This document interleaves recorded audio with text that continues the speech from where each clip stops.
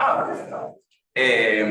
Bueno, si no llega, o sea, la idea del club es que ustedes lo gestionen, tipo, es igual de útil leerlo antes y venir y debatir a full, como venir y participar del debate y leerlo después, ya con un debate previo, todo, así que no están obligados a leer o sí leer o lo que sea, eso gestionan ustedes, se pasan temas, les sirvo.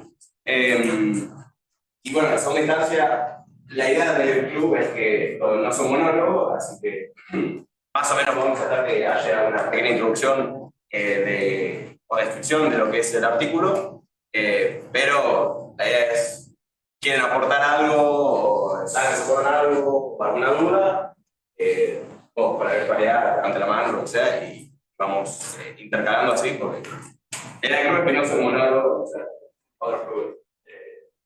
Para que sea todo un espectador activo. Bueno, como pequeña presentación de Aye, Ayelén Sánchez es licenciada y doctora en filosofía por la Universidad Nacional del Sur, como Andrés, bueno, vieron la vez pasada. Eh, Aunque su orientación es por el lado de la filosofía analítica, que la última vez, si recuerdan, dijimos que dos grandes tradiciones de la filosofía continental más europea y la filosofía analítica más de Estados Unidos, Inglaterra. Después me podrá corregir en el caso. Sus áreas de interés son la filosofía de la acción, filosofía de la mente y filosofía del lenguaje, así como la epistemología y psicología cognitiva. Eh, se desempeña como profesora en la Universidad Nacional del Sur, en las cátedras de Historia de la Filosofía Moderna y Fundamentos de las Ciencias de la Administración. También es actualmente becaria postdoctoral del CONICET y lleva investigaciones sobre la acción racional humana en el Instituto de Estudios Económicos y Sociales del Sur. Empezamos. Desmuteate. Estás muteado. Ahí sí, ¿no? ¿Ahí me escuchan? Excelente. Buenísimo. Bueno, gracias por la presentación. No, gracias por la invitación, sobre todo, la verdad que me pareció una iniciativa buenísima, un club de filosofía eh, para juntarnos, ¿no? A debatir y a charlar de temas filosóficos. Así que la verdad estoy muy contenta con la invitación y con estar acá, aunque sea virtualmente. No es lo mismo que presencial, desearía poder estar ahí cuerpo presente, pero bueno, ya habrá ocasión, supongo. Supongo que esta propuesta se sostendrá en el tiempo y espero que así sea. Eh, sí, a ver, yo el texto que elegí, en realidad, yo ya le comentaba a Juan Pablo, eh, yo no estoy de acuerdo con Ser, o sea, no lo elegí porque sea un autor que me representa. Cuando yo hice mi licenciatura, mi tesis fue sobre filosofía de la mente, o sea, estuve trabajando estos temas acerca de, básicamente, eh, si se puede o no explicar el surgimiento de la conciencia a partir de alguna otra, digamos, algún otro sustrato, como si la conciencia surge de la materialidad del cerebro, si la conciencia surge a partir de la organización, la estructura y la función, digamos, neuronal y demás. Esos son los debates que me han interesado desde el principio y me parece que este artículo de Ser, bueno, no solo es, por así decirlo, un hito fundamental en el debate de las últimas décadas, saben que es una rama relativamente nueva, sino que me parece que tiene disparadores interesantes. Sobre todo, lo pensé también, no solo porque me interesa el tema, en principio Juan Pablo me había propuesto algo relacionado a filosofía del lenguaje. La filosofía del lenguaje, en realidad, mi director de tesis decía que uno arranca por la filosofía del lenguaje y muy probablemente termina ahí en la intersección con la filosofía de la mente. Así que me pareció que este texto era medio bisagra, porque habla por un lado de la comprensión, qué significa comprender el lenguaje y demás, y por otro lado habla del tema de la mente o la naturaleza de la mente humana. Si escuchan a mi gato detrás, les pido disculpas, está haciendo intervenciones de fondo.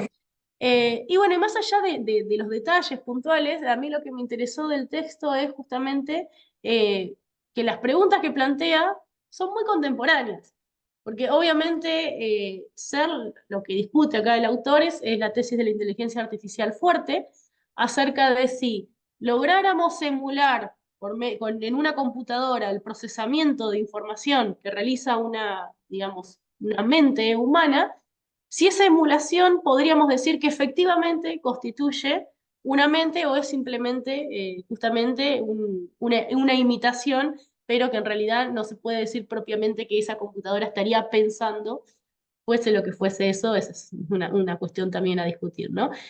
Bueno, ocurre que creo yo que hoy en día con el tema de la inteligencia artificial que se ha popularizado tanto y está, digamos, totalmente difundida como herramienta entre todos, creo que el debate se va actualizando, ¿no? Y es muy pertinente porque hay mucho debate en torno a, bueno, ¿qué pasa con la inteligencia artificial? Como pensemos en ChatGPT como, digamos, paradigma, ¿no?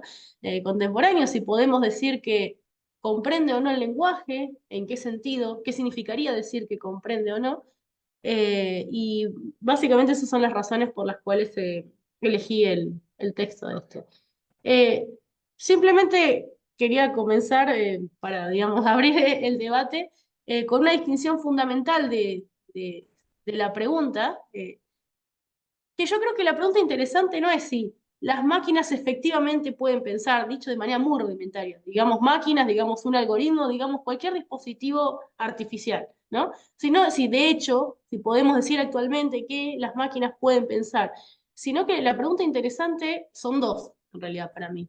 Una sería si aquellos que sostienen que las máquinas no pueden pensar, lo sostienen en el sentido de hasta ahora no se ha podido demostrar que, o hasta ahora con los algoritmos con los que contamos no podemos decir que constituye el pensamiento, o lo están planteando como una tesis de en principio, es decir, nunca jamás, por más sofisticado que sea una inteligencia artificial o una computadora o lo que fuese, o cualquier sistema artificial, nunca jamás, no importa qué adelantos tecnológicos tengamos, un ente artificial creado por el hombre podría ser capaz de pensar. Yo creo que la pregunta interesante es esta segunda, eh, digamos, la que abre, digamos, el debate. Y la segunda pregunta, que como filósofa analítica, esto es muy propio, digamos, de esta rama, sería no plantearla en términos tan abstractos, porque parece ser una pregunta medio manejable, sino eh, ¿qué criterio deberíamos utilizar para decidir si determinado sistema artificial piensa o no? O sea, esa es una discusión también filosófica. Es decir, no importa ante qué evidencia estemos, ante qué adelanto estemos, ante qué comportamiento estemos, ante, digamos, qué performance pueda exhibir, digamos, un determinado algoritmo, una determinada computadora, sino qué criterio utilizaríamos para decir si eso que está haciendo constituye pensamiento o no. Eh, Simplemente dos preguntas para abrir el debate y les dejo la palabra para que conversemos. Ok, tomo la batuta, a menos que alguien quiera hablar. Parte de lo que planteaba el artículo, que resulta muy bueno, es la parte de los experimentos mentales que plantea. Uno de los experimentos que se hacen para comprobar si la inteligencia artificial puede pensar es a partir de algo muy humano, que es que si si yo les cuento una historia, ustedes van a poder asumir respuestas a partir de la historia que les doy. Entonces, el ejemplo que planteaba de un experimento que se hizo, que no me acuerdo, la persona era Nach, acuerdo, si no me equivoco, era estadounidense, que es lo que dice, yo les digo, una persona fue a un restaurante, le sirvieron el plato y se fue muy enojado con el restaurante, para poder asumir que no le gustó la comida o que lo trataron mal, lo demás. Pero yo no lo dije explícitamente en el texto. Y por el contrario, yo le digo, no, pidió comida y después se fue, agradeció mucho a los mozos, les dejó propina y recomendó a todos los restaurantes, van a asumir que le gustó la comida. Ahora, el punto era que el experimento lo que hacía era probar lo mismo con las inteligencias artificiales, entonces volvías el input y la inteligencia artificial lo que podía hacer era tener como output respuestas como las que tendría un humano, o le pones una historia cualquiera y hacía como esas inferencias a partir de la historia. Ahora, lo que planteaba Searle era de que, como analogía, es que si vos tuvieras a una persona en un cuarto y yo le doy unos garabatos en chino, no va a entender qué dice eso en chino. Ahora yo después le doy otro manojo escrito en chino, pero además con instrucciones en inglés para poder interpretar algo de lo que había antes, Bueno, ahí ya como que puedes hacer ciertas descripciones a partir de los escritos técnicos en inglés de eso que está en chino. Y luego después le doy otra hoja para poder escribir, donde le doy instrucciones para poder escribir en chino una respuesta a lo que estaba primero. Entonces, para alguien que está externamente, esa persona recibió un escrito en chino y respondió en chino, entonces, bueno, entendió chino. Pero el chiste es que no, en ningún momento tuvo que entender chino, simplemente tenía instrucciones en inglés para poder escribir una respuesta que se acople con la primera hoja que le dieron.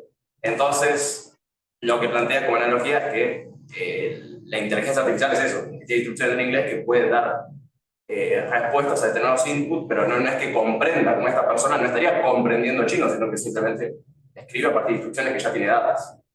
No sé, Aye, ¿cómo lo ves? Como primer disparador. ¿Está muteada?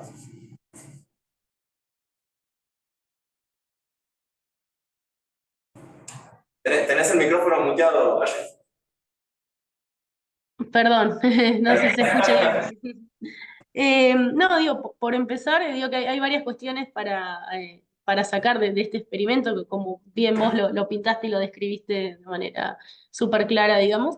Eh, lo que intenta probar, bueno, SER es justamente que la manipulación formal de símbolos, que es supuestamente lo que hace una inteligencia artificial, no es condición suficiente para afirmar de que lo que se está ocurriendo ahí es comprender, digamos, que no hay un acto de comprensión, que bien puede haber una manifestación de una conducta, de una manipulación correcta de símbolos, porque la persona dentro del cuarto chino que recibe esas instrucciones y demás, da las respuestas correctas, y para un observador externo del cuarto diría que dentro de ese cuarto lo que se está produciendo es justamente un acto de, digamos, de comprensión, y sin embargo, a partir de esa conducta observable, no podemos afirmar con certeza de que lo que está ocurriendo ahí es la comprensión. De hecho, dice Ser se coloca dentro del cuarto y dice, yo no comprendo absolutamente nada de chino. Entonces, como bien planteaba Juan Pablo, este experimento mental pretende hacer una analogía de lo que ocurre con la inteligencia artificial. Crea esa ilusión, básicamente, de lo que allí está ocurriendo es que el sistema comprende, pero en realidad lo que está haciendo el sistema es manipular de manera formal y de manera correcta una serie de símbolos. O sea, ese es el objetivo, digamos, del experimento. Yo creo que una pregunta interesante para plantear acá, no lo digo yo, sino que lo dicen varios autores, digamos, críticos, es, bueno, ¿qué está asumiendo Ser también con respecto a lo que es la comprensión? O sea, alejémonos de estos experimentos extravagantes, escenarios ficticios, ¿no? Cuando nosotros decimos que una persona comprende, un ser humano como nosotros, no sé, a un alumno, a un compañero, a un par, a un colega, le explicamos algo y decimos que, bueno, ha comprendido lo que le estoy diciendo, o ha comprendido justamente lo que le estoy explicando. ¿Qué criterios tengo yo ahí para hablar de que esa persona comprende? Si yo no puedo acceder tampoco a su conciencia y a su mente. Entonces, una de las cuestiones que se discute también en este planteo de Ser es, bueno, ¿qué criterio está utilizando Ser para hablar de comprensión o qué concepto de comprensión está detrás? Que nos permite decir, los seres humanos comprendemos, las inteligencias artificiales no. Eso también es un debate, digamos, filosófico que está de fondo. El argumento te puede llevar también al solipsismo, porque vos no sabés si otra persona tiene esa comprensión o por ahí vos sos el único que tiene esa comprensión y todo el resto son zombies filosóficos que están ahí respondiendo inputs pero sin llegar nunca a tener conciencia. No sé quién habló recién porque no conozco los nombres y no vi la cara, pero No me veo. A ver, ahí está. ahí está. No, es un punto súper relevante. Justamente hay una serie de, digamos, de estrategias o de posturas filosóficas que lo que quieren evitar es el solipsismo.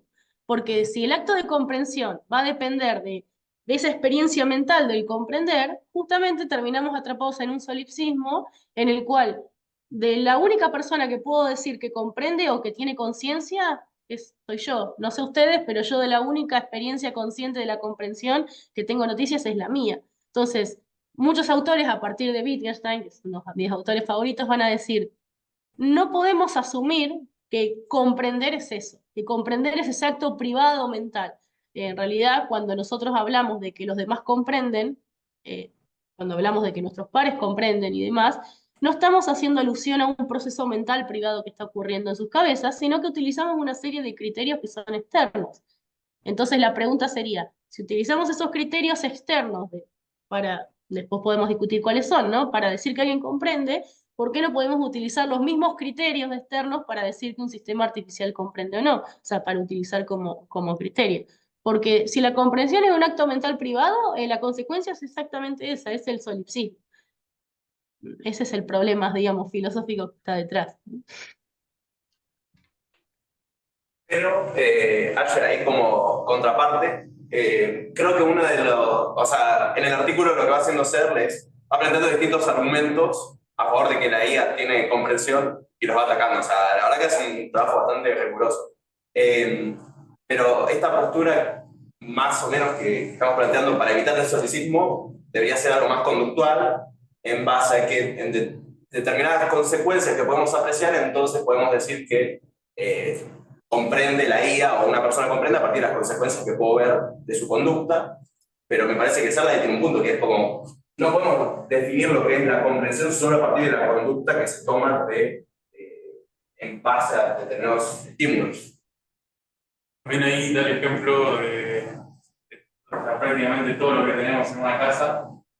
Casi todo tiene una función operativa y como que vos no podés decir que cada cosa piensa en función de lo que hace. Claro. Y daba el ejemplo del termostato. El termostato no interpreta la temperatura, sino que simplemente la lee de una manera química o física y ya no necesariamente comprende la temperatura. O la calculadora, también es otro ejemplo que pone, que es como, bueno, la calculadora, yo le pongo números y esos números hacen determinadas operaciones y me dan resultados que son por lo general ciertos, ¿entiendes? Pero podemos decir entonces que la calculadora comprende, como que si nos pasamos en ese criterio, todo va a empezar a comprender, ¿verdad? Hasta el parcheiro comprende, porque bueno, le dejo el abrigo y se queda el abrigo, o sea, de cierta forma, ¿no? Yo creo que ahí el problema sería que eso lo puedes utilizar como argumento para preguntarte si realmente nosotros mismos comprendemos. Hacemos muchas cosas, porque hay veces que hacemos cosas de manera operativa, pero vos decís, ¿realmente lo comprendo? O principalmente mirando a terceros, vos decís, ¿realmente está comprendiendo lo que hace o solamente opera? Creo que ese es el problema de ese argumento.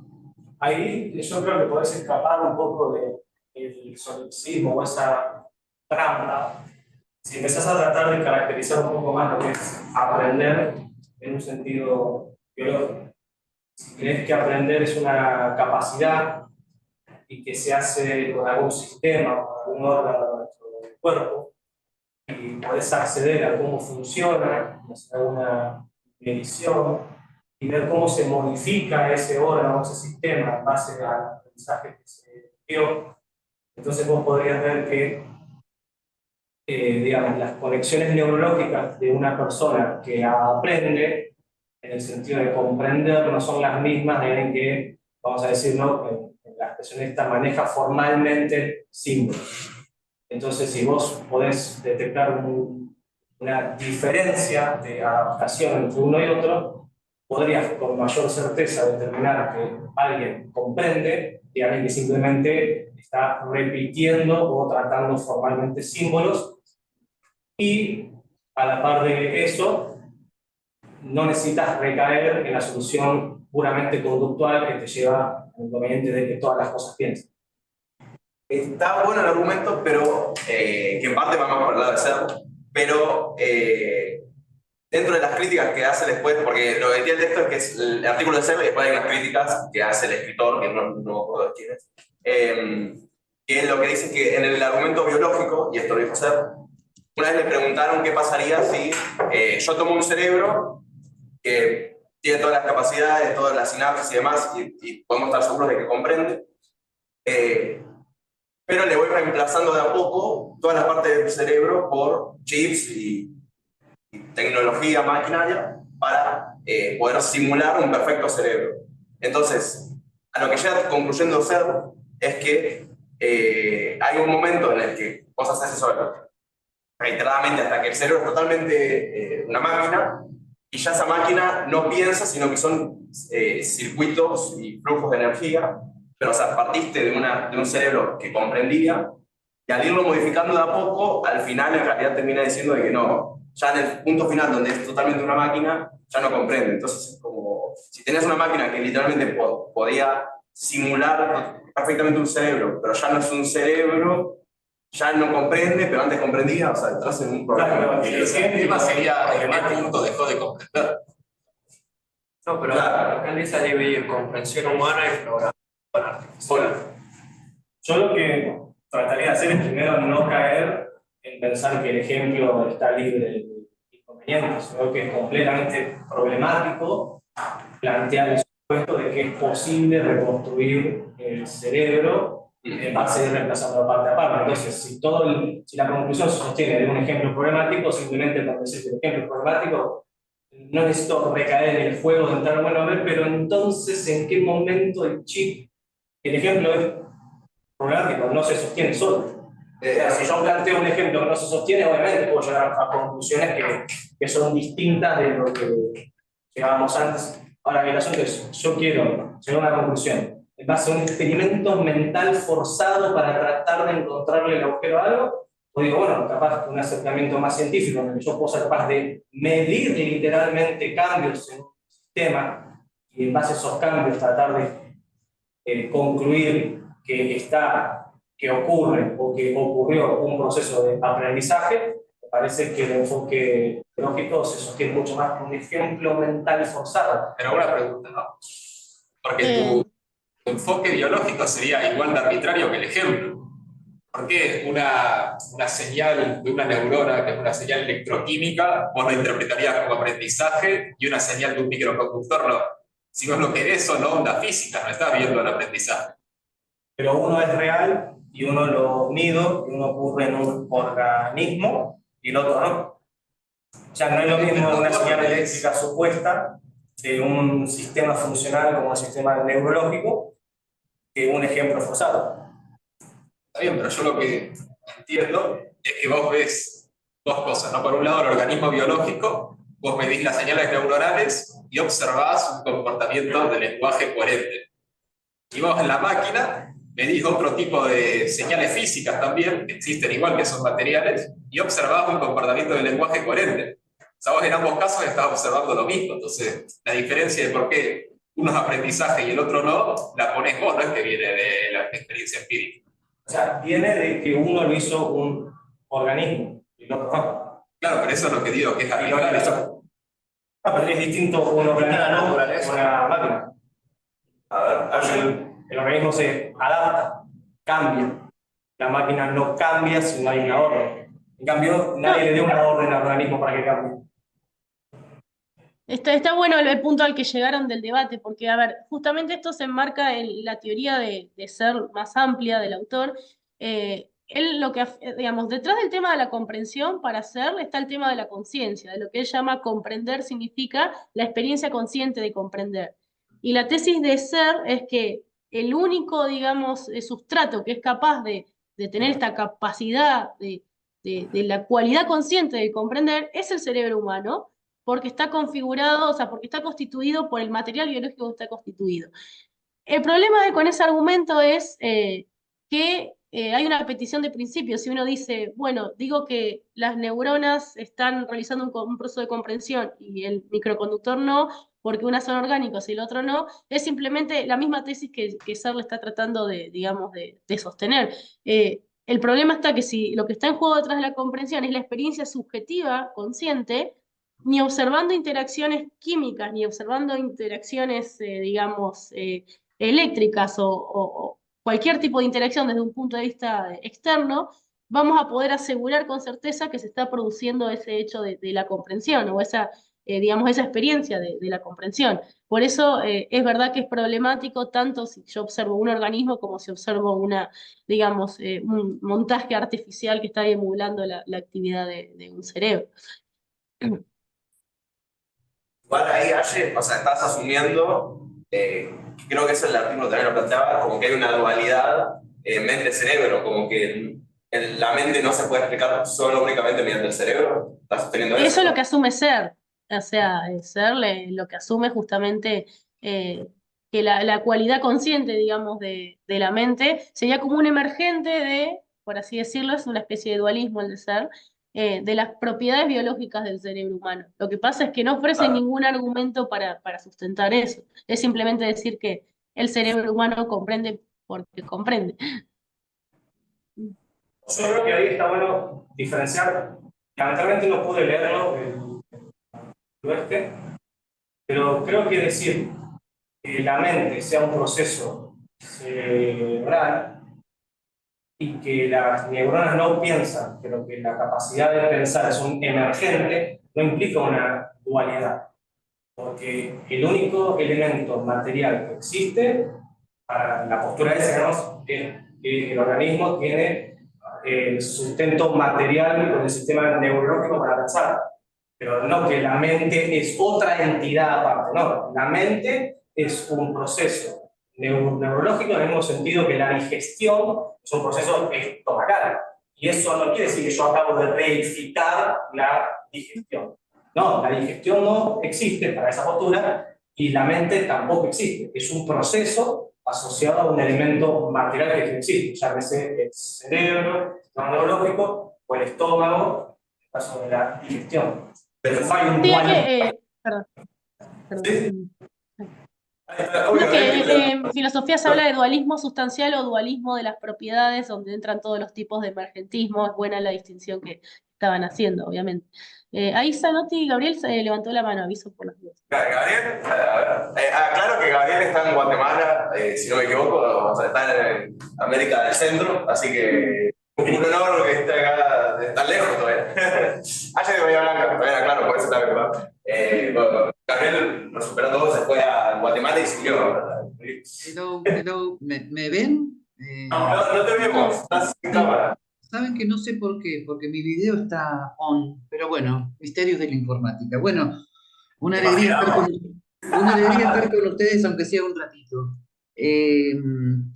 A ver, y discúlpenme porque llegué tarde, pero primero, Yelén, me sorprende que Searle no demuestre.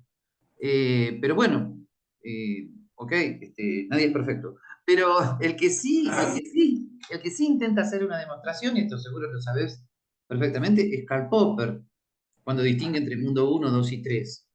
Y a mí siempre me pareció muy buena la demostración, o sea, el significado de una teoría en sí misma no es reducible al mundo 1. Lo que la teoría de la relatividad dice en sí misma no es reducible a los canales físicos donde está impresa. Y la conclusión sería que, por lo tanto, los significados en sí mismos del mundo 3, al no ser reducibles al mundo 1, perdón, me equivoqué de sujeto. Y la conclusión sería que, por lo tanto, la inteligencia humana, al captar significados que no son reducibles al mundo 1, la inteligencia humana, agrego yo, por la analogía de proporción intrínseca entre sustancia y accidentes, cierro paréntesis, la inteligencia humana tampoco sería reducible al mundo 1, porque capta significados que no son reducibles al punto 1, y por lo tanto la inteligencia humana no es reducible ni a lo neuronal, ni a la computadora.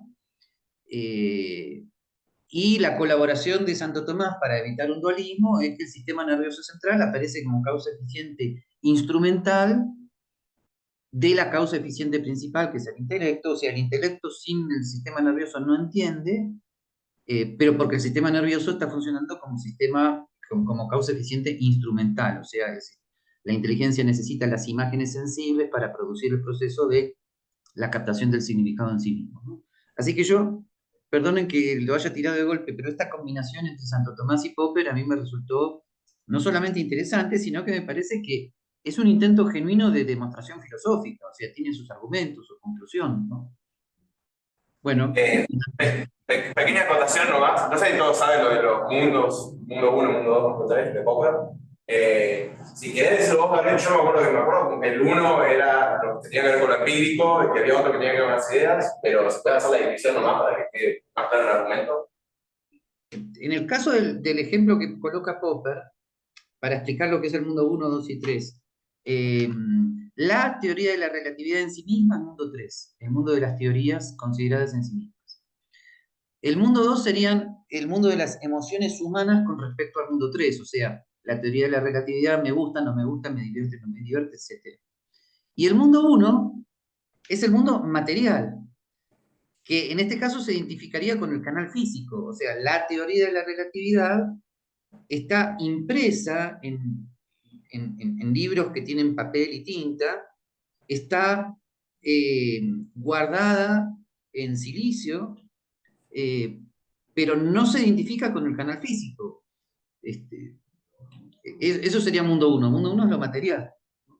La gran conclusión de esta es que los significados en sí mismos, el significado de los mensajes, no se reducen al mundo 1, y acá viene lo más interesante, que por lo tanto, la inteligencia humana no sería reducible a lo meramente material. Perdón, y esa unión entre Popper y Santo Tomás, o sea, ¿la postula Popper o la postula vos? No, eso... No, ese es un invento mío, exculpo, libero de culpa y cargo a los dos autores. No, es una combinación. Lo que ocurre es que la hago no arbitrariamente. A mí me parece que la teoría del mundo 1, 2 y 3 de Popper es una manera adecuada al mundo contemporáneo de reeditar algo de lo que decía Santo Tomás, con la diferencia que Santo Tomás no incurre en lo que Popper mismo reconoce que es cierto dualismo en el planteo, ¿no? O sea, no es que está el mundo 3 por un lado y el mundo 1 por el otro, y Dios solo sabe cómo se comunican, que es una expresión analógica. Sino que en Santo Tomás el mundo 1, o sea, el sistema nervioso, es necesario para que la inteligencia ejerza su abstracción, porque la inteligencia humana necesita de imágenes sensibles para ir más allá. Gabriel, nomás para repasar el argumento y ver si me quedó claro por lo menos el resto. Y ahí te dejo tu respuesta, Aye, o refutación. Que, o sea, básicamente lo que decís es que o sea, el cerebro forma parte del mundo 1, pero la mente, en tanto no solo puede ver el mundo 1, entonces la mente no forma parte del mundo 1 como si el cerebro. Eso sería la idea.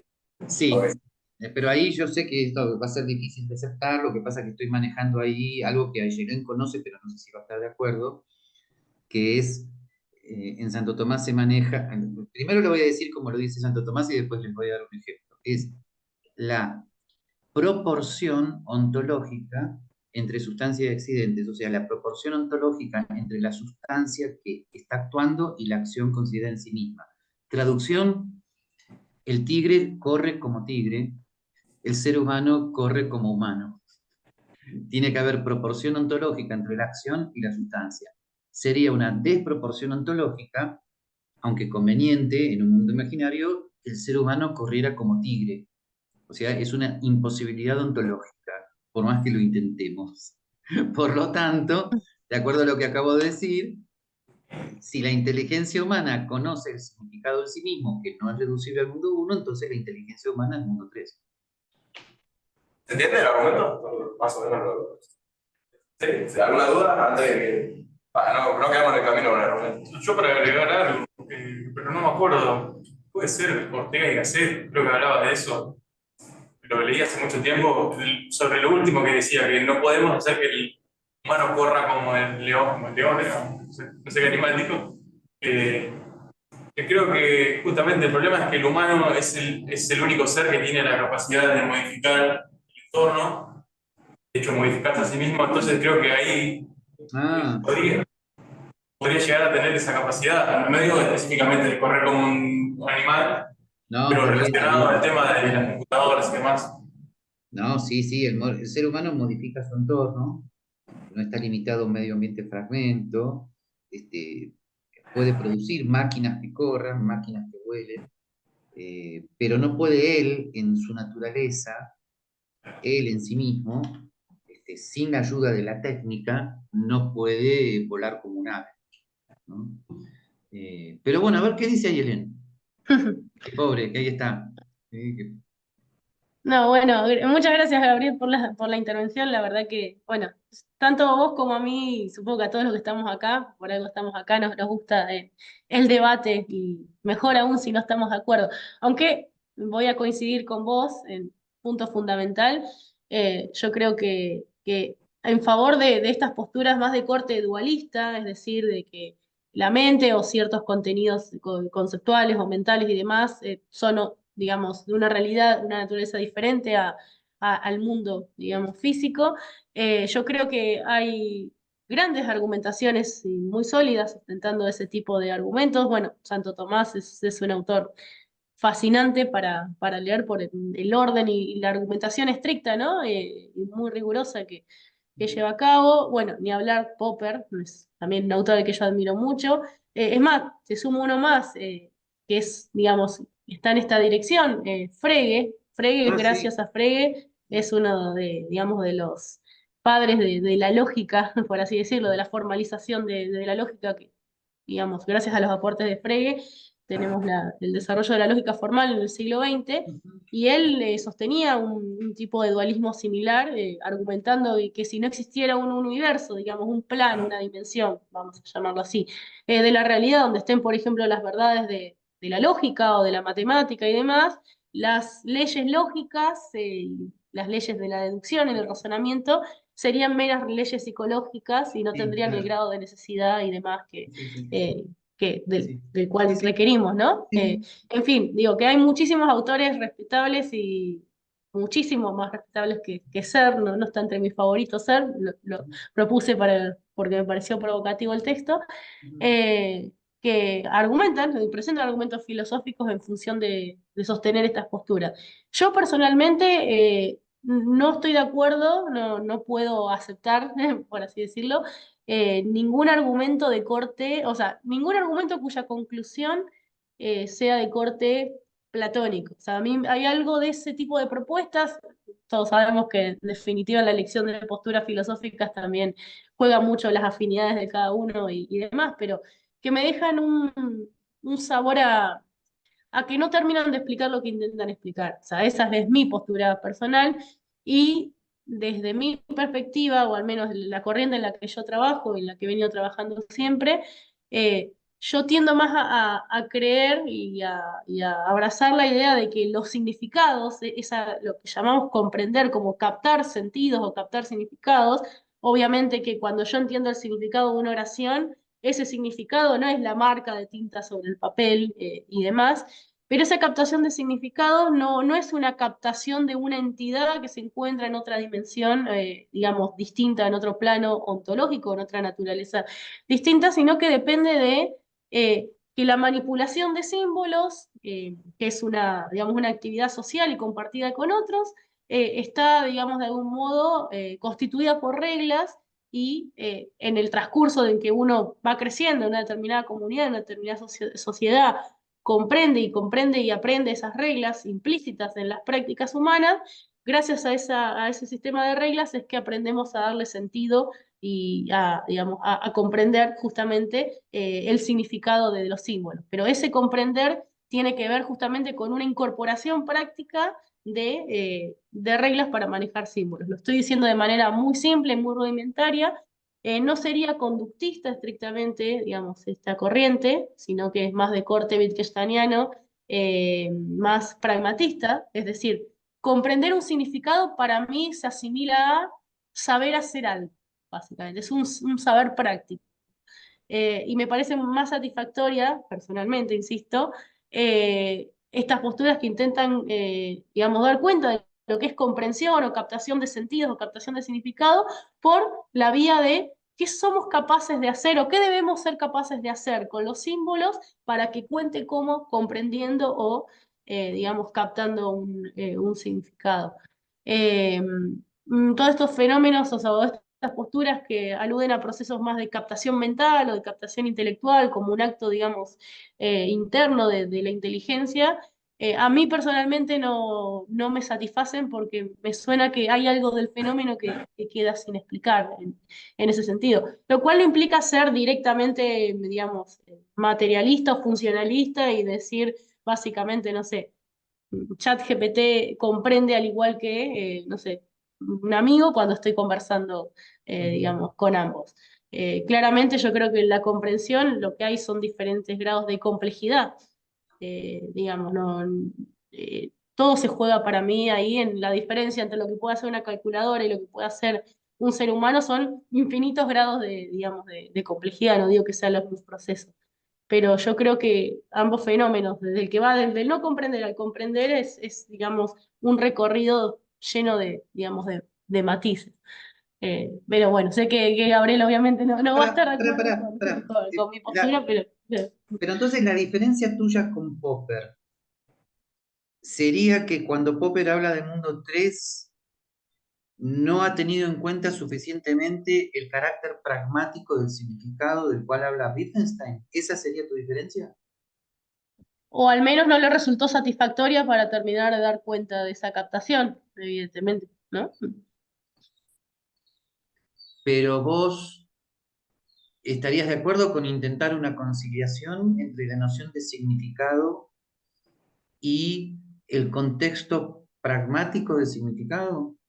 O sea, Sí, sí, o sea, es muy interesante lo que propones y lo que preguntás. No creo que sean propuestas mutuamente excluyentes. Tal vez la diferencia es que mm, yo le tengo más fe a la pragmática en ese ujú, sentido, y creo yo que puede hacer la labor explicativa sin apelar a captación de significados como entidades por fuera de, digamos, de la realidad material intangible.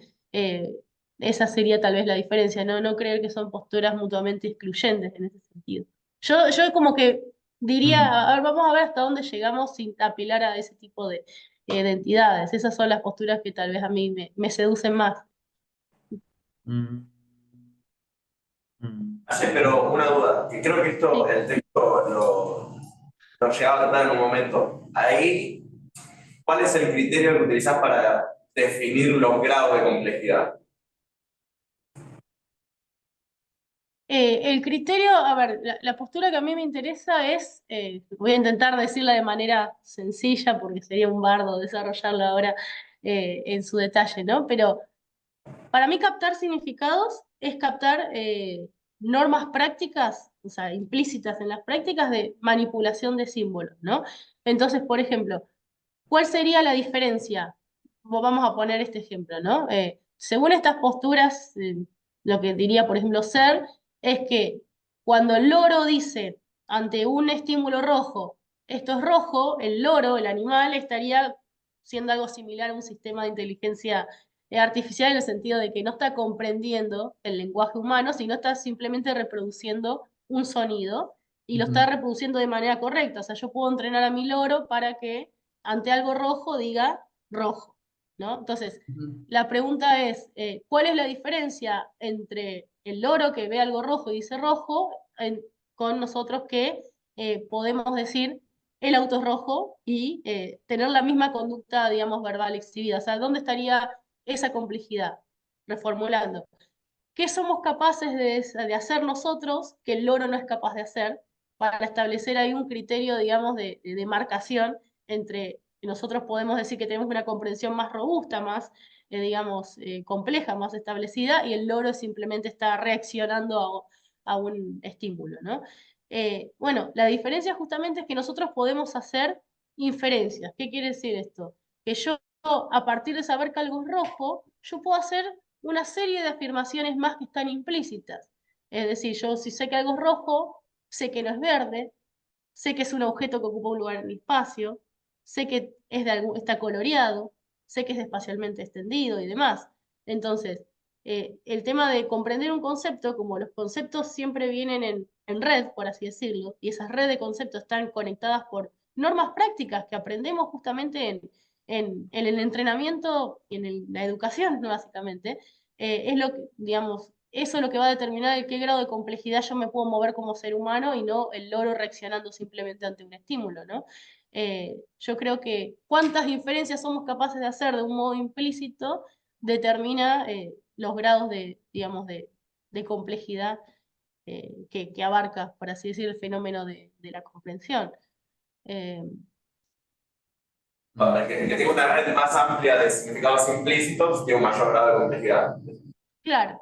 Lo que pasa es que hay ejemplos muy desafiantes, a ver, porque Searle está pensando en ejemplos muy simplones, por así decirlo, obviamente de la tecnología de su época, pero a mí me ha impactado, por ejemplo, que una inteligencia artificial, no sé si fue muy popular el ejemplo, pero hay muchos de estos ejemplos, eh, logre, por ejemplo, entrenarse visualizando una serie de obras de arte correspondientes al mismo, digamos, artista, y logra hacer un material nuevo, o sea, un producto, digamos, nuevo, copiando el estilo, algo tan abstracto como es el estilo, y ha logrado engañar a críticos de arte especialistas en determinado, digamos, artista. Entonces, me parece, no estoy diciendo que así a la ligera que estaría dispuesta a afirmar que ese algoritmo tiene de algún modo comprensión en el sentido, digamos, full, digamos, del término pleno. Lo que digo es que los matices y las diferencias de complejidad cada vez son, digamos, van avanzando en términos de progresivos hacia esa complejidad humana.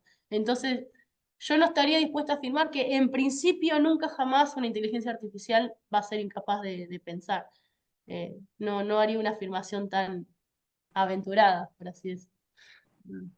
Pero ¿por qué no te Pero bueno, sé que es aventurarías, polémico, sé que... Ujú. ¿por qué no te aventurarías a decir que el chat GPT o DALL-E 2 que hace eso, que puede decir de poder copiar el estilo, no pueden comprender todo eso? O sea, digamos, tiene un grado de comprensión que obviamente es muchísimo más, menos complejo que el humano. Lo que no digo es que en principio en un futuro se pueda llegar a, digamos, a exhibir ciertos procesos que yo estaría dispuesta a afirmar que podrían contar como comprensión. Pero bueno, eh, Ese entiendo que es criterio, problemático. ese criterio, no sé, yo mientras estaba escuchando, tomé una crítica porque, o sea, un estilo puede ser justamente, digamos, un conjunto de reglas, de normas de expresión de un determinado arte, ¿no? Que aprende la inteligencia artificial y entonces lo reproduce. Entonces, la inteligencia artificial tiene un grado de comprensión relativamente alto de ese estilo hasta el punto de llegar a emular al artista original. Ahora, a mí no me parece que de ahí se pueda derivar que piensa o que tiene conciencia, porque yo, por ejemplo, tengo un grado de comprensión infinitamente menor sobre ese estilo, sobre cualquier estilo de arte, no soy muy conocedor, y sin embargo creo que puedo afirmar que tengo conciencia y esa inteligencia artificial no, entonces no sé si ese criterio es un criterio correcto o que tenga que ver con el pensamiento realmente. No, es que el punto es que ningún grado de complejidad nunca nos va a poder dar entonces la pauta de saber si un sistema tiene conciencia o no, porque el problema es que la conciencia es algo observable solo desde adentro. La pregunta sería esa, o sea, ¿bajo qué pauta podríamos afirmar con certeza que está experimentando un pensamiento consciente un determinado sistema? Para mí se juega ahí la pregunta. Eso lo ponía como ejemplo de, digamos, de procesos tan complejos que ni ser hubiese podido imaginar en su momento, ¿no?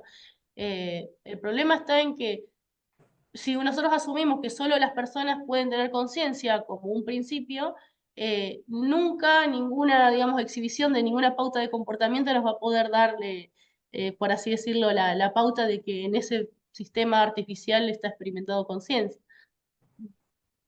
¿Gabriel? No, tiene justo que ver con esto, ¿no? Era una curiosidad. Justo iba a preguntarte, Ayelen, cómo manejas el famoso argumento clásico de la autoconciencia, Ujú. pero de algún modo dijiste que la autoconciencia sería solamente una experiencia privada que se podría perfectamente simular ad extra, si te entendí bien. En cuyo caso, la autoconciencia, eh, si te entendí bien, para vos la autoconciencia sería solamente un argumento para uno mismo. Eh, a ver, yo lo que primero quiero aclarar acá es que frente a estas cuestiones no tengo ninguna postura en todo, digamos, sólida en el sentido de asumida. Simplemente sí me inclino obviamente por este otro tipo de, digamos, de postura. No, digo que si nosotros definimos es un condicional. Si definimos la autoconciencia, la experiencia de uno mismo, consciente por medio de la introspección, como un episodio privado, en el sentido de que solo yo puedo experimentar lo que es ser yo y ustedes no pueden experimentar lo que es ser yo desde adentro, digamos. Si yo defino la autoconciencia como un episodio privado, entonces el problema está en que ningún criterio, digamos, externo, ninguna complejidad en la conducta, ninguna operación, ninguna estructura observada de afuera jamás me va a poder dar, digamos, la pauta para decidir si el sistema está o no experimentando una experiencia consciente. Era una cuestión, digamos, condicional. O sea, si definimos la conciencia y la autoconciencia, la experiencia consciente en un sentido subjetivo como experiencia mental, digamos, interna, es un fenómeno que en principio jamás lo vamos a poder observar desde afuera y nunca vamos a poder decidir si hay o no experiencia consciente siendo generada dentro de un sistema. Mm. Ok, Yo quisiera agregar, no sé, ¿Mm? sí que está por hablar.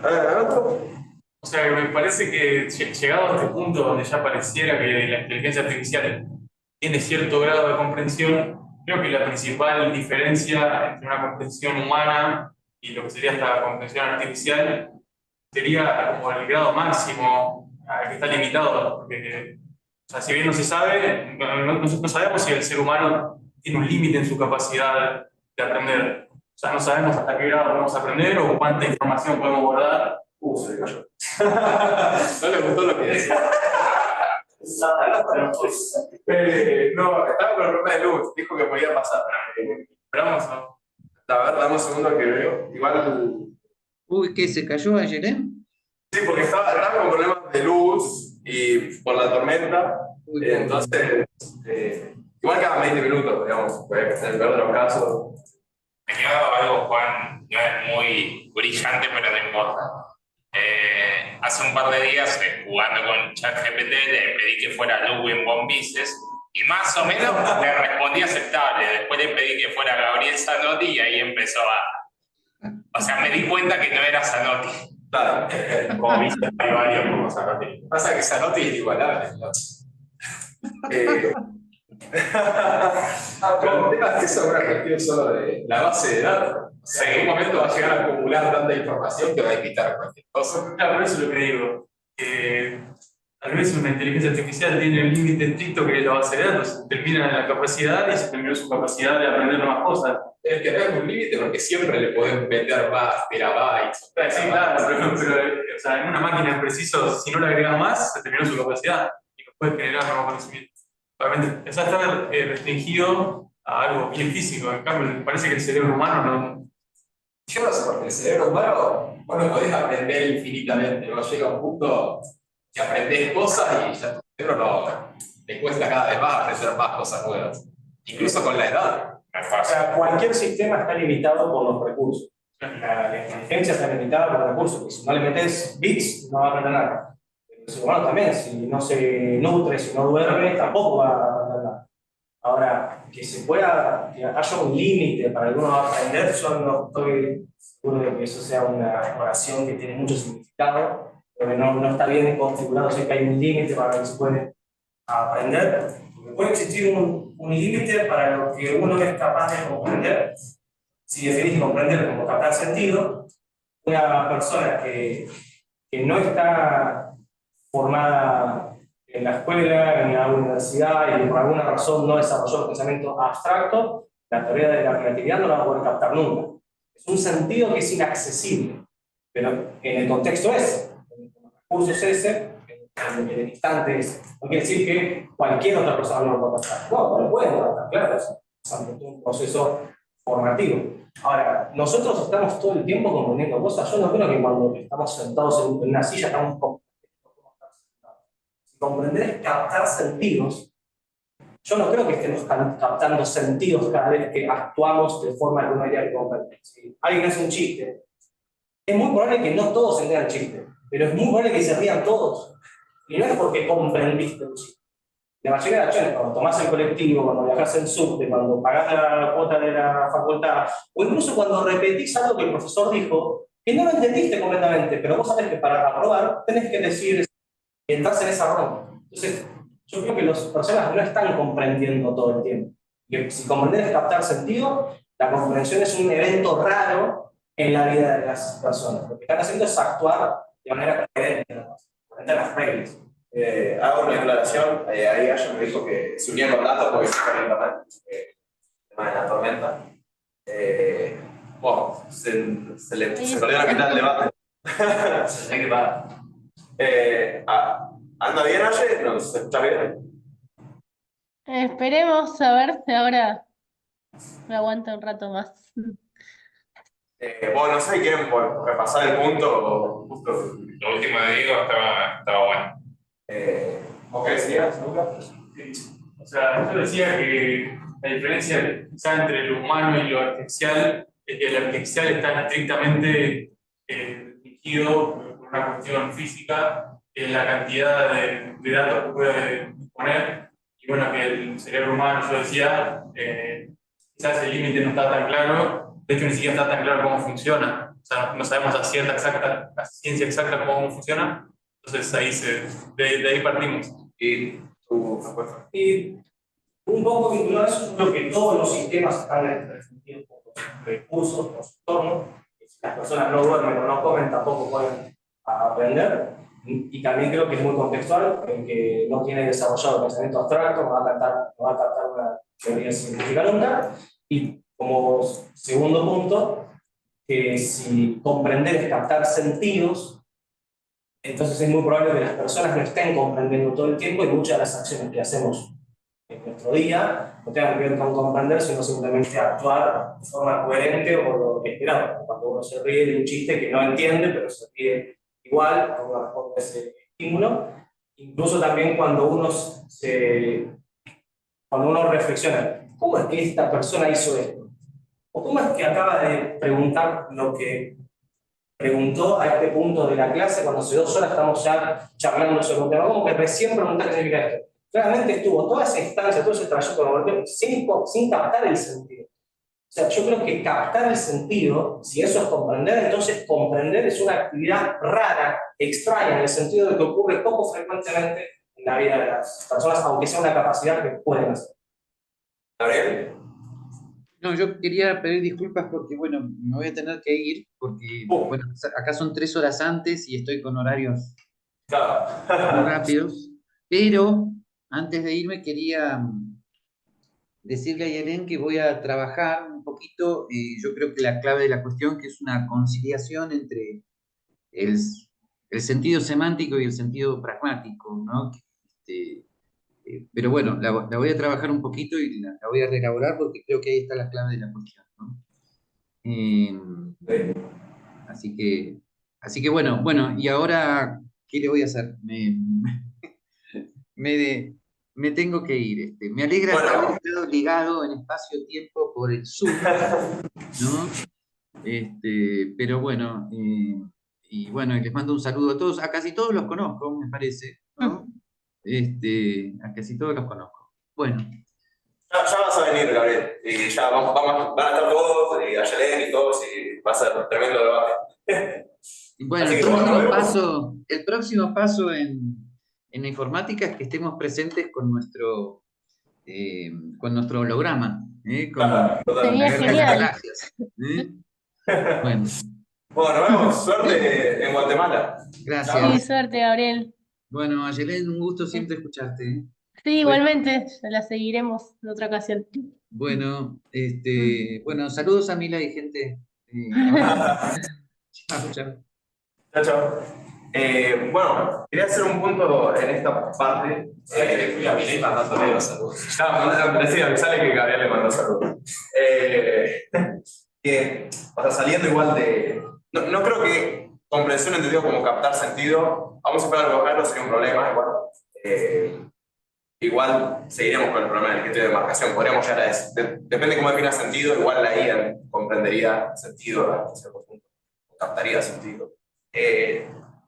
Lo que tengo de disparador más o menos entre la discusión que ustedes tuvieron, más la idea que plantea Ayelen de comprensión, es que le pregunto a Aye o a la que quiera tomar la batuta, si tenemos comprensión como capacidad de inferir, o en el caso de la comprensión humana, la capacidad de inferir una gran cantidad de información a partir de una información ya dada, ¿cómo podemos estar seguros que la IA comprende en el sentido de que a partir de una base de datos desprende conclusiones implícitas de esos datos y no que simplemente dentro de la misma base de datos es que replica lo que ya tiene como dato y no es que infiere a partir de lo que tiene? O sea, ¿cómo puedo decir la IA infiere como el ser humano? Está muteada, aviso. Sí, sí, sí. No, por eso yo creo que, yendo a un punto que comentaban anteriormente, o sea, el cerebro es una máquina alucinante, masivamente compleja, de la cual justamente tenemos todavía muy poco conocimiento en función de lo que nos queda, ¿no? Por conocer. Por eso yo creo que el ser humano es capaz de hacer cosas alucinantes en términos de, digamos, no solo cognitivos en todo sentido, que hasta ahora ninguna inteligencia artificial creo que esté siquiera cerca de estar a la par, ¿no? Pero insisto que para mí la diferencia es una diferencia de, digamos, de grados de complejidad y no de esencia, o sea, no una diferencia de, digamos, de una naturaleza radicalmente distinta. Ese es como el principio que yo estaría dispuesta al menos a ver hasta dónde llega a defender. Eh, tu pregunta, Juan Pablo, no, me estaba pensando en esto, ¿no? Antes el argumento, cuando uno lee los filósofos de hace décadas atrás, te decían, bueno, la diferencia entre, digamos, una máquina es que solamente puede seguir un algoritmo como una instrucción que le da el humano y no se puede salir de ahí, básicamente, ¿no? Entonces, una máquina nunca va a poder, o un algoritmo, una inteligencia artificial nunca va a poder hacer inferencias implícitas y bueno, evidentemente eso nunca va a poder, lo hemos ido corriendo, ¿no? La frontera con el adelanto.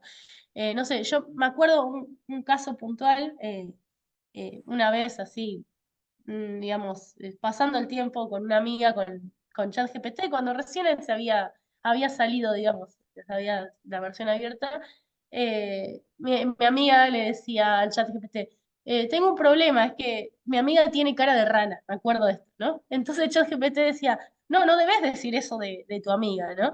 Y entonces nosotros le decíamos, ¿pero por qué tener cara de rana es algo esencialmente malo? ¿Qué hay de negativo en la cara de una rana? Entonces ChatGPT nos respondía, no, no es algo esencialmente malo, pero la manera en la que lo estás usando, comparando el rostro de un ser humano con el de un animal, es una conducta ofensiva que puede herir los sentimientos de bla, bla, bla. Entonces, eh, claramente, digamos, es capaz de hacer un montón de inferencias implícitas, digamos, de comprender el carácter pragmático de que lo que está diciendo esa persona es un insulto, no por su contenido, sino por su uso, digamos, que es una actividad altamente compleja que no hubiésemos podido imaginar hace, no sé, décadas atrás, ¿no? Entonces yo creo que las inteligencias artificiales logran ya hacer inferencias a partir de información implícita y lo logran hacer cada vez de manera, digamos, más sofisticada. Obviamente no está a la par de lo que podemos hacer nosotros con el lenguaje, pero ese no está a la par, no está a la par hoy por hoy. Yo no creo que haya ningún impedimento, en principio, por el cual no sea imaginable o concebible que algún día nos puedan igualar en términos de esas capacidades, ¿no?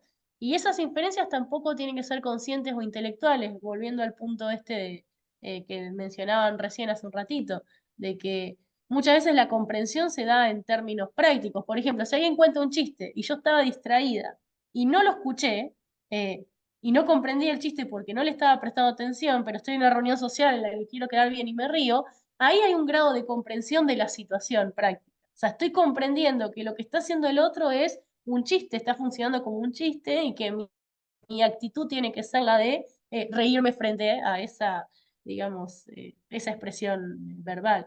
Entonces, muchas veces la comprensión no pasa, digamos, en función de todo o nada o de proceso intelectual consciente, sino de cómo vamos tratando con el mundo práctico, ¿no? Cómo nos desempeñamos con nuestro entorno, con las cosas, con las personas y demás. O sea, yo iría más por el lado de ese tipo de explicación. No sé, pienso en los casos en los que alguien le estás explicando a alguien y algo y te dice, ah, sí, sí, ya lo entendí, listo, lo capté, y lo sigue haciendo mal. Evidentemente, muchas veces de la comprensión tenemos un criterio más público y externo que de que por más que uno tenga la experiencia de la comprensión, uno puede incluso estar equivocado acerca de que comprendió algo. Eso es lo que me vuelve un poco reticente a creer que lo que significa comprender se juega todo adentro de la experiencia consciente, ¿no? Que yo quería plantear un punto con todo esto que están diciendo, que básicamente creo que en realidad lo primero que habría que responder es como un condicional, ¿no? Porque si la inteligencia artificial, nos apartamos del supuesto, ¿no? Que la inteligencia artificial logra emular perfectamente la actitud humana o la conciencia humana, es irrelevante si tiene pensamiento o conciencia o no. Porque si una entidad sin conciencia puede hacer exactamente lo mismo que una entidad con conciencia, entonces la conciencia, como mucho, puede ser un epifenómeno, pero no es algo que tenga una consecuencia real en el mundo. Entonces me parece que este debate tiene como implicaciones mucho más metafísicas por ahí, que son mucho más trascendentales, y que lo que habría que buscar más bien es si esa entidad, que por ahí a Yelén no le gusta mucho, ¿no? Pero más de dualismo, ¿no? Pero si esa entidad que podemos llamar conciencia, si puede tener una consecuencia práctica en la actuación de una inteligencia. Y con esto que están diciendo, no se me viene a la cabeza, por ejemplo, esto, ¿no? De que si el chat GPT te dice que no insultes a alguien y te da una explicación, no sé, más sofisticada, ¿no? Y te dice, no, el insulto está mal por esto, otro. A mí, por eso me parece una prueba de que no tiene conciencia. Porque un ser con conciencia, como un ser humano, por ahí frente a esa frase de que no, mi amiga tiene cara rara, no sé, por ahí recuerda un trauma del pasado y le genera desprecio, le genera depresión. O por ahí, no sé, dice, sí, tiene cara rara y se ríe. Porque no hay una respuesta única frente a esa situación. Me parece que el chat GPT, cualquier inteligencia artificial, eso, te da una respuesta única basada en algún criterio, que puede ser un criterio el que lo programó, un criterio que se asigna a sí misma, pero que no es un criterio que venga de su identidad, como sí puede ser de un ser humano que según sus propias experiencias del pasado tiene criterios para responder a ciertas cosas. No sé si me explico, pero me parece que ahí puede haber alguna diferencia. Por ahí pensándolo más también desde el psicoanálisis, ¿no? Desde Freud, cosas así como. No sé, me parece que la mente humana puede trascender o puede ir un poquito más allá de lo que es el lenguaje, y que ahí puede estar la diferencia, que la inteligencia artificial puede emular perfectamente el lenguaje, pero no puede usarlo para transmitir las cosas del ser humano que no son lingüísticas. No sé, eso, ¿no? Está buenísimo ese punto, sí. Hay autores, para algunos autores dicen que la autoconciencia o la conciencia o la experiencia consciente es un epifenómeno, es decir, como un efecto colateral de la organización y la función digamos, de la materia, pero que no tiene ninguna influencia causal en el mundo. Yo creo que aún aceptando esas teorías, que no es mi caso, yo creo que igual sigue siendo algo bastante intrigante, ¿no? O sea, pensar que hay un mundo constituido por, digamos, materia y organización de esa materia en determinadas formas, que en determinados grados de complejidad da lugar a algo así como la experiencia consciente. Ya eso a mí me parece un misterio fascinante en sí mismo. O sea, que haya cierto tipo de entidades, o sea, nosotros, que pueden tener una experiencia cualitativa del mundo. O sea, me parece eso ya de por sí como fascinante como problema, sea como sea que logremos explicar, ¿no? Esa experiencia cualitativa, esa vivencia, ¿no? Desde adentro, por así decirlo, subjetiva. Eso, por un lado. Y en cuanto a las implicancias prácticas, yo creo que, aparte de lo que dijiste, me pareció que estaba bueno, porque aunque no lo dijiste explícitamente, creo que toca un punto importante que son las implicancias más ético-morales. O sea, puede que en términos cognitivos o de desempeño cognitivo no nos importe tanto si la máquina o no piensa, pero sí en términos del trato, ¿no? O sea, si no es lo mismo, no daría lo mismo comprobar que ChatGPT tiene, vamos a suponerlo, en algún grado de su evolución futura pueda tener sentimientos, por así decirlo, ya creo que lo trataríamos bajo otros supuestos o de otra forma, ¿no? No es lo mismo simplemente desconectar o destratar a alguien a algo, un sistema que estoy seguro que no está experimentando nada de nivel subjetivo, que tener la sospecha de que ahí pueda estar en juego, digamos, un sufrimiento, un padecimiento y demás. Entonces, esa es la otra arista, me parece, del problema de la conciencia, que nos conecta con la parte más ética, por así decirlo. Yo solo quiero agregar que me encantó eso último porque en la película y en el libro de Blade Runner, pero de los 80, justamente la diferencia entre las máquinas y el humano era la empatía. Y el test que le hacían a las máquinas era un test de empatía, que le hacían unas preguntas y depende, en base a lo que respondía, se podía determinar. Entonces se ve que hace bastante tiempo está planteada la idea de que ellos no tienen una empatía y bueno, nosotros sí. Bueno, pero hay varias personas que son máquinas, entonces. Sí, Hitler era una máquina. y pero también, o sea, hay cuestiones que son como inmedibles.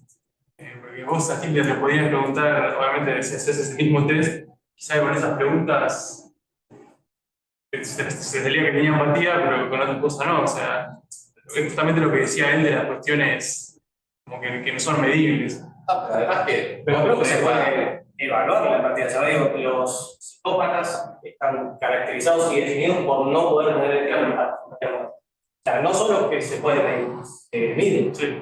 Bueno, pero los humanos son humanos porque son empáticos, los que son psicópatas que es. Claro, yo pienso lo mismo, digo, que es medible y demás, pero filosóficamente no está aceptado. Porque de hecho hay gente que tiene limitaciones o problemas cerebrales y siguen siendo humanos. Exacto, ese es el punto. Entonces la empatía no sería, o sea, puede ser una cualidad más que tengan, una capacidad más que tengan, al mismo nivel que si conectás o no con otro.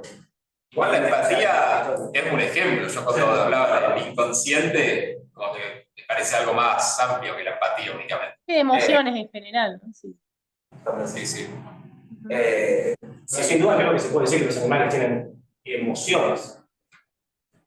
Entonces, ¿cuál es la distinción? No, que los animales también tienen una experiencia consciente del mundo, que digamos, claramente, o sea, lo que no estamos tan dispuestos a atribuirle a ChatGPT no se lo negaríamos a nuestro perro, claramente, a nuestro gato, en términos de experiencia consciente, ¿no? Más allá de Creo desempeño que ese punto es muy importante y ahí me lleva a decir, perfecto, si los animales tienen conciencia del mundo, bárbaro, todos.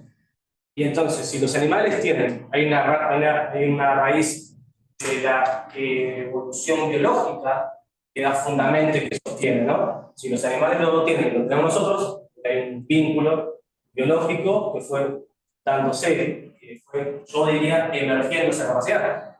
Pero no sé si estamos tan seguros de que los animales tienen conciencia. Yo creo que estamos bastante seguros de que cierto grupo de animales, particularmente aquellos con los que tenemos alguna conexión social, tienen conciencia.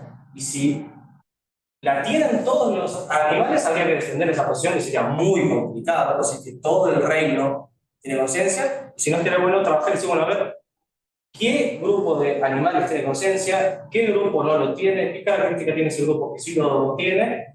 ¿Cuál es el proceso evolutivo en el cual esa conciencia apareció ahí? Yo creo que eso termina anclando a que la conciencia está fundamentada en la condición material que la persona tiene, e incluso con el ejemplo más drástico de que una persona sin la cuestión material no tiene conciencia. Y un golpe en el cráneo, o un tiro, o una destrucción total o parcial del órgano que tiene esa conciencia, es condición suficiente para que no exista más esa conciencia. Estoy totalmente a favor de ese punto. De hecho, para una de las grandes resistencias que yo tengo con las posturas más de corte dualista, de sostener que la mente es de una naturaleza diferente a lo físico de manera radical, es justamente teniendo la certeza de que somos el resultado de una historia evolutiva que comenzó con unos simples seres unicelulares hasta llegar, pasando por todos los grados de complejidad, a la diversidad que tenemos hoy. Eh, Claramente para mí, lo que sea la experiencia subjetiva del mundo, y esta es mi convicción, la digo, hablo por mí, ¿no? Tiene que haber justamente surgido, sido un producto emergente de esa organización de la materia adquiriendo diversos grados de complejidad. Y por eso yo creo que, sí es verdad, no podemos decir que todos los animales tienen el mismo grado, digamos, de conciencia, entendida como experiencia subjetiva, sino que creo que la conciencia no es una cuestión de todo o nada, sino que es algo que se va manifestando de manera gradual, ¿no? En la escala esa.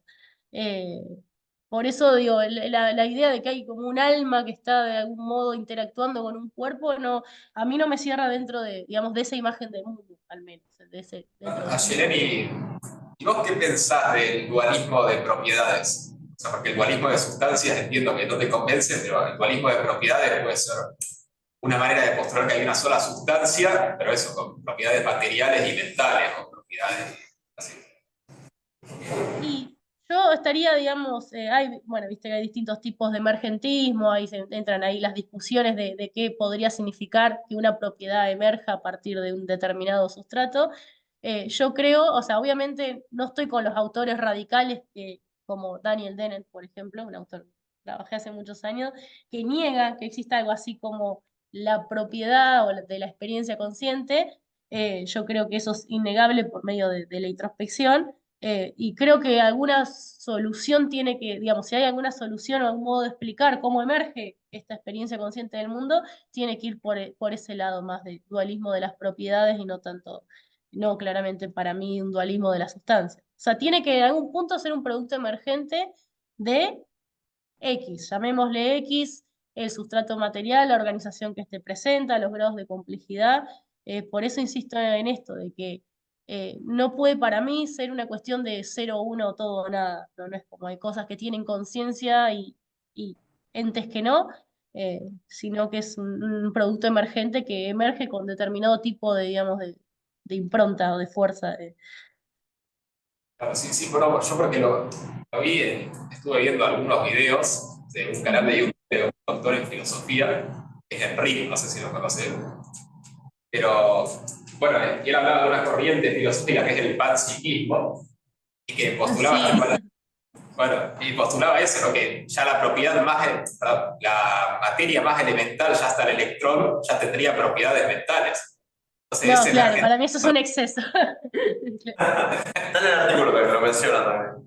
Ah, ok, ok. Sí. David Chalmers es uno de los representantes del panpsiquismo contemporáneo también. Eh, Se me parecen argumentos bastante, digamos, extravagantes y apelan a utilización de ciertos conceptos de manera muy, muy laxa. No estoy muy de acuerdo en cómo están construidos esos argumentos para afirmar de que la conciencia está extendida en absolutamente la totalidad digamos, de la realidad. Eh, pero sí, sí, es verdad que existe esa postura, es una de las posturas filosóficas en boga, ¿no? Ashley, yo tengo una duda y bueno, vamos planteando y a ver, nos sacamos una foto todo.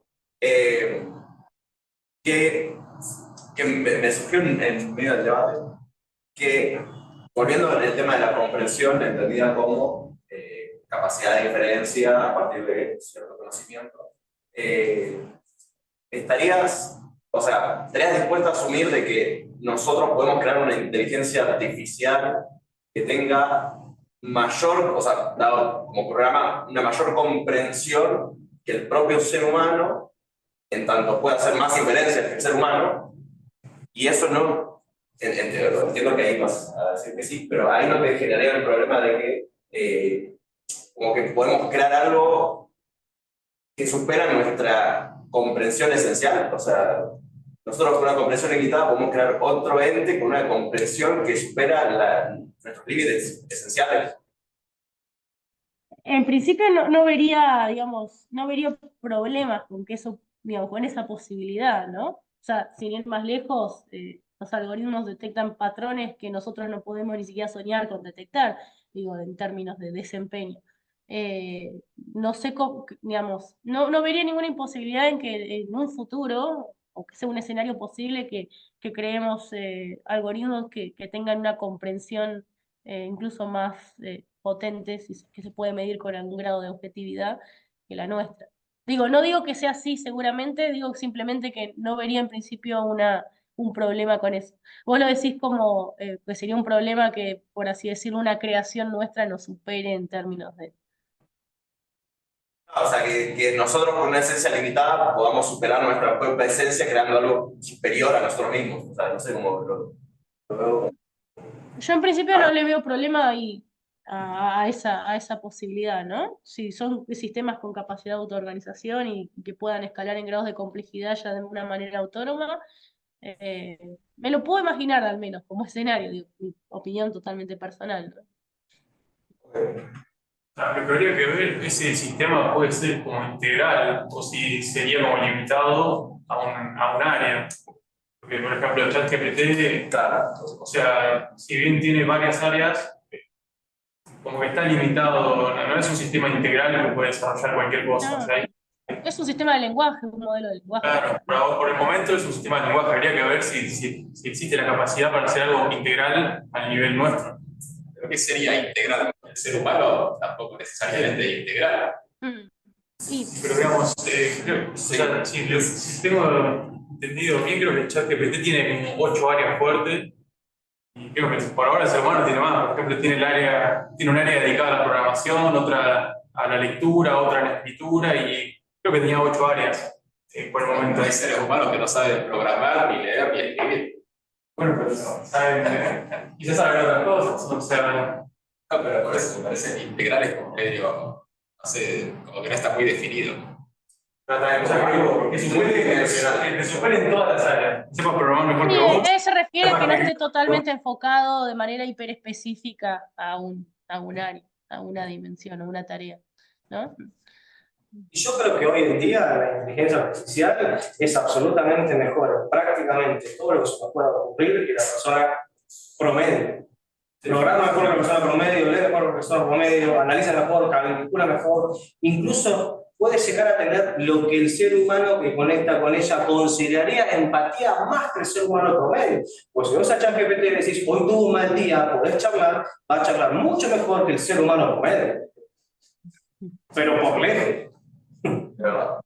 Sí, también puedes leer un libro de autoayuda y va a ser mejor que un ser humano promedio.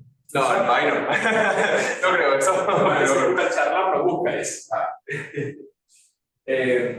Y último. Sí, lo interesante es que al lado de... perdón. No, sí. De Porque todas yo- estas preguntas acerca de lo que todos los sistemas puedan ser capaces de hacer, mejor o peor que nosotros, qué grado de complejidad puedan exhibir en sus conductas y en sus respuestas, siempre va a subsistir el problema, o en paralelo va a estar el problema de si podemos afirmar o no y bajo qué condiciones podemos afirmar que tienen experiencia consciente, ¿no? Del mundo, que son como problemas que corren en paralelo. Y ese es el gran tema, digamos, de la filosofía de la mente, por así decirlo. Ashe, y ahí quería volver a un punto que igual no lo tratamos, y como para hacer por lo menos así, una breve mención, que el artículo también, Searle hablaba de comprensión, pero hay algunos puntos donde también habla de intencionalidad, como algo de diferencia entre el humano y si no me equivoco, de hecho creo que toma la intencionalidad como criterio de comprensión en parte, como que si no hay intencionalidad, o sea, no hay comprensión. No sé si querés hacer alguna mención. Está bueno, ese es un término técnico. Intencionalidad, no, en sentido filosófico, no hay que asimilarlo a intención como tengo la intención de, digamos, como el deseo o la decisión. Intencionalidad es, dicho de manera técnica, la propiedad que tienen determinados ítems del mundo de referirse a otra cosa. Por ejemplo, las palabras tienen intencionalidad en tanto que yo sé que la palabra gato se refiere a los gatos. El pensamiento tiene intencionalidad en términos de que el pensamiento es siempre sobre algo, es acerca de algo, ¿no? Intencionalidad puede ser, digamos, asimilada a direccionalidad. Tipo, un pedazo de piedra, una piedra no es sobre algo, es lo que es. Un pedazo de materia es lo que es. En cambio, de un pensamiento o de una expresión lingüística o de un signo, se dice que tiene intencionalidad porque, además de ser lo que son, cabe la pregunta de acerca de qué pretenden hablar, acerca de qué pretenden referirse, ¿no? Entonces, el debate acerca de la intencionalidad es cómo es que existe algo como la mente humana que puede tener ciertos procesos, como son el pensamiento consciente, que versa sobre algo, que se refiere a algo externo a ella misma, distinto a ella misma, ¿no? Ese es, digamos, el gran debate. Entonces, decir si un sistema es consciente o no equivale a la pregunta de si un sistema posee intencionalidad o es fuente de intencionalidad o no. Porque para ser un sistema artificial solo manipula símbolos, pero no, esos símbolos no entiende que son sobre algo, que apuntan hacia algo. simplemente manipula, digamos, signos formales, ¿no? En cambio, lo que hace mi pensamiento es justamente no una mera manipulación formal, sino que pensar sobre cosas del mundo, ¿no? Referirse a.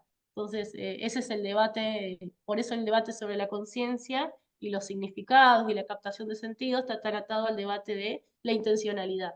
¿Qué es esa propiedad de poder pensar sobre cosas, básicamente? Y para vos, en tanto hay inferencia o hay intencionalidad, ¿no? En tanto hay ¿Cómo? significados, o sea, en tanto entender la comprensión como la inferencia de significados implícitos, entonces hay intencionalidad, porque ya lo vas diciendo.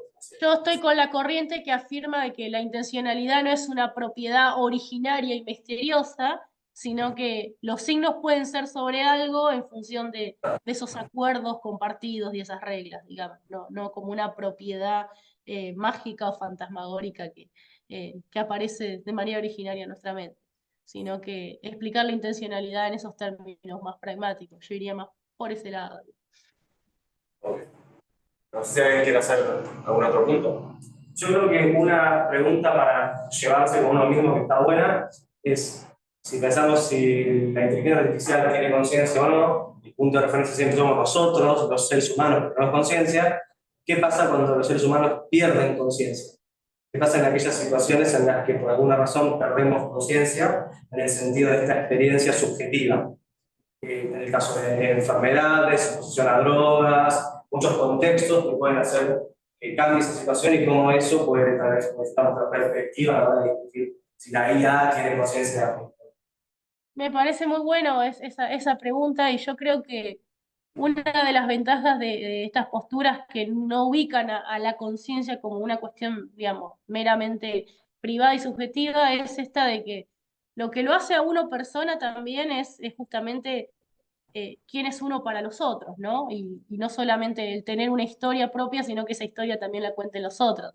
Entonces, ante un eventual, digamos, estado en el que uno pierde completamente la conciencia, lo que lo mantiene, digamos, siendo un sujeto ético digamos, y lo que hace que esa persona en ese estado, aunque no tenga conciencia, sea digna y merecedora de respeto y de cuidados, es justamente que significa algo para los otros los que lo rodean y van a seguir como contando su historia y sosteniendo de algún modo su identidad. Me parece que es una de las ventajas también de corrernos de estas posturas tan solipsistas. En fin, nada, me parece interesantísimo ese punto para pensar, totalmente de acuerdo. ¿Alguien más? Bueno, si les parece, ahora sacamos una foto y nada, sí, como comentario final, bueno, espero que les haya gustado la presencia de Ayelen, el debate. Creo que siento que la IA es un tema como bastante trillado actualmente, como que darle otro abordaje filosófico como de lo que nadie habla, porque todos hablan de, bueno, las capacidades técnicas van hasta acá e incluso ya no tenemos tanto conocimiento hasta dónde van las capacidades técnicas porque es exponencial y es algo que se está tratando todo el tiempo. Pero otro abordaje como el filosófico o de otro lado que probablemente se puede tocar es algo que falta. Y bueno, espero que les haya aportado, que les haya gustado el debate. Y bueno, en algún momento seguro volveremos a tocarlo más adelante con Ayelen y con Gabriel y bueno, espero que con ustedes también. Un aplauso para Ayelen. Gracias. ¿Sí? ¿Ibas a decir algo? No, que yo lo disfruté muchísimo, estuvo buenísimo y da para seguirla mucho más, así que me voy también entusiasmada de la sesión. Para una siguiente sesión. Bueno, O